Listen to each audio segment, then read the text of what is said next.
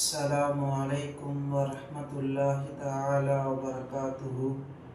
نحمده ونصلي على رسوله الكريم.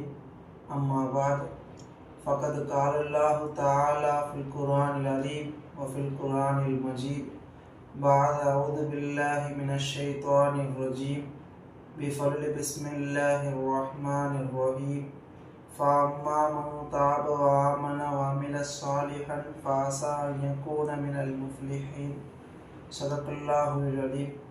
وقال نبينا محمد صلى الله عليه وسلم من صلى قبل الظهر أربعا وبعده أربعا حرمه الله على النار أو قال كما عليه الصلاة والسلام.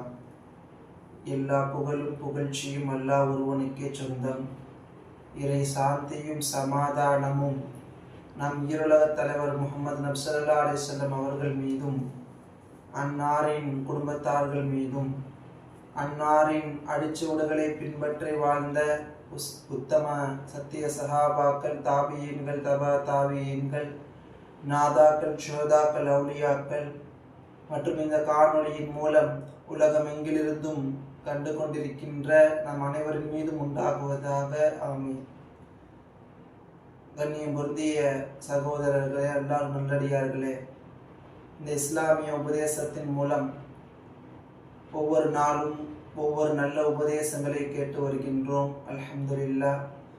இன்றைய உபதேசமாக நாம் பார்ப்பது நரகத்தை விட்டு பாதுகாக்கும் செயல்கள் என்ற தலைப்பில் பார்க்க போகின்றோம். நம்ம எல்லோருக்கும் இருக்கக்கூடிய ஒரு எண்ணம் என்னவென்றால், எப்படியாவது நாம் சுவனம் நுழைந்து விட வேண்டும், நரகத்தினுடைய வாடை கூட நம் மீது பட்டு விடாமல் எப்படியாவது நாம் சுவனம் நுழைந்து விட வேண்டும் என்கின்ற அந்த ஆசை, அந்த ஆர்வம் எல்லோரிடத்திலும் இருக்கும். ஆனால் செயல்பாடுகள் என்பது அது மிக குறைவாக இருப்பதன் காரணமாக நரகத்திற்கு செல்ல வேண்டிய சூழ்நிலை உண்டாகிவிடும். அல்லாஹ் பாதுகாக்க வேண்டும். இப்பொழுது சொல்லக்கூடிய இந்த 3 விஷயங்கள், 3 செயல்பாடுகள், இந்த செயல்களை நாம் செய்தோம் என்றால் கண்டிப்பாக அல்லாஹ் தஆலா நம்மளுடைய வாழ்க்கையை சுவன வாழ்க்கையாக ஆக்குவான். சுவனத்திலே நம்மளுடைய மறுமை வாழ்க்கையை ஆக்குவான். அது என்ன 3 விஷயங்கள்? ஒன்றாவது, சுவனத்தை நரகத்தை விட்டு ஹராமாக்கக்கூடிய, நரகத்தை நம் மீது ஹராமாக்கக்கூடிய முதலாவது விஷயம், சுன்னத்தான அமல்களை நாம் செய்ய வேண்டும். தொழுகைக்கு முன்னால், ஃபர்லு தொழுவதற்கு முன்னால் உள்ள அந்த சுன்னத் தொழுகைகளை நல்ல முறையிலே பேணி தொழுக வேண்டும். அந்த தொழுதா மட்டும் போதுமா? சொர்க்கத்தில் நுழைந்துடலாமா? அல்லாஹ் தஆலா நாடினால் கண்டிப்பாக சுவனத்தில் நுழைய வைப்பான். நபி ஸல்லல்லாஹு அலைஹி வஸல்லம் அவர்கள் சொல்லியிருக்கின்றார்கள், யார் லுஹருக்கு முன்னால் யார் 4 ரக்காயத்துகளும் இன்னும் லுஹருக்கு பின்னால் 2 4 ரக்காயத்துகளும் யார் தொழுகின்றார்களோ அவர்கள் மீது நரகத்தை அல்லாஹ் ஹராமாக்கி விட்டான். அவர்கள் மீது அந்த கடுமையான, அந்த மிகவும் உஷ்ணமுள்ள, யாராலும் பார்த்திடாத மிகவும் மோசமான அந்த நரகத்தை அல்லாஹ் தஆலா நம் மீது ஹராமாக்கி விடுகின்றான். எப்பொழுது நாம் நல்ல முறையில் சுன்னத்துகளை தொழுதால், சுன்னத்தான தொழுகைகளிலே நாம் நல்ல முறையில் கவனம் எடுத்து நடந்தோம் என்றால் அல்லாஹ் தஆலா நம்மளுடைய வாழ்க்கையிலே, இன்னும் மறுமை வாழ்க்கையிலே ஒரு சுபிட்சமான வாழ்க்கையை தருகின்றான். நாம் எல்லோரும் 5 வேளை தொழக்கூடிய நபர்கள் தான். அல்ஹம்துலில்லாஹ். அந்த தொழுகும் பொழுது ஃபர்லுக்கு முன்னால் இருக்கக்கூடிய அந்த சுன்னத்துகளையும் பின்னால் இருக்கக்கூடிய அந்த சுன்னத் தொழுகைகளிலும் நாம் கவனம் செலுத்தினோம் என்றால் அது நம்முடைய மறுமை வாழ்க்கைக்கு மிக மிக ஏதுவாக இருக்கும் என்பது நம்மளுடைய இந்த விஷயம். எனவே முதலாவது விஷயம், சுன்னத்தான தொழுகைகளை நாம் நல்ல முறையிலே தொழ வேண்டும். 2வது, அதிகமான தஸ்பீஹாத்துகளை ஓத வேண்டும்.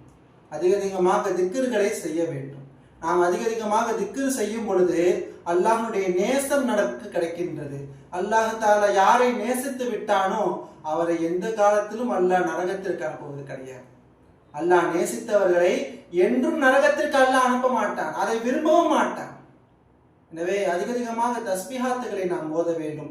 லா இலாஹ இல்லல்லாஹுல் ஹலீமுல் கரீம், சுப்ஹானல்லாஹி ரப்பில் அர்ஷில் அலீம், வல்ஹம்துலில்லாஹி ரப்பில் ஆலமீன் என்கின்ற இந்த தஸ்பீஹை யார் ஓதுகிறாரோ அவரின் மீது நரகம் என்பது ஹராமாக்கிவிடும்.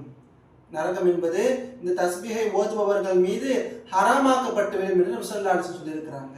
எனவே இந்த மாதிரியான தஸ்பீஹாத்துகளை நாம் ஓத வேண்டும்.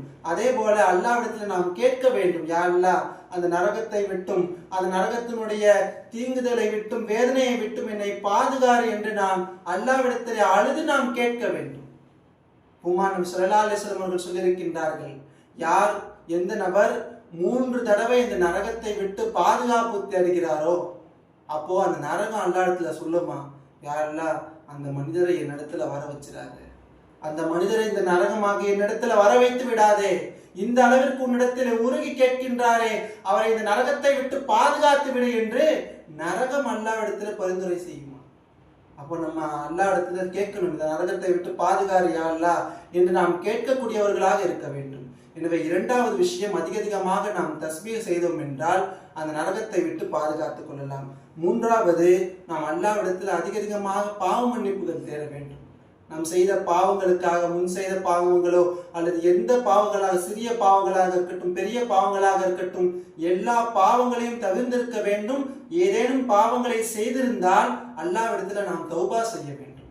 நாம் அதிகமாக தௌபா செய்யும் பொழுது அல்லாஹ் தஆலா நம்முடைய பாவங்களை எல்லாம் நீக்கி நம்முடைய உள்ளத்தில் உள்ளான அந்த நோய்களை எல்லாம், குரோதங்கள், விரோதங்கள், பொறாமை எல்லாத்தையும் நீக்கி அல்லாஹ் தஆலா நம்முடைய உடலையும் நம்முடைய உயிரையும் இன்னும் இந்த வாழ்க்கையும் நல்ல முறையில் ஆக்குகின்றார்.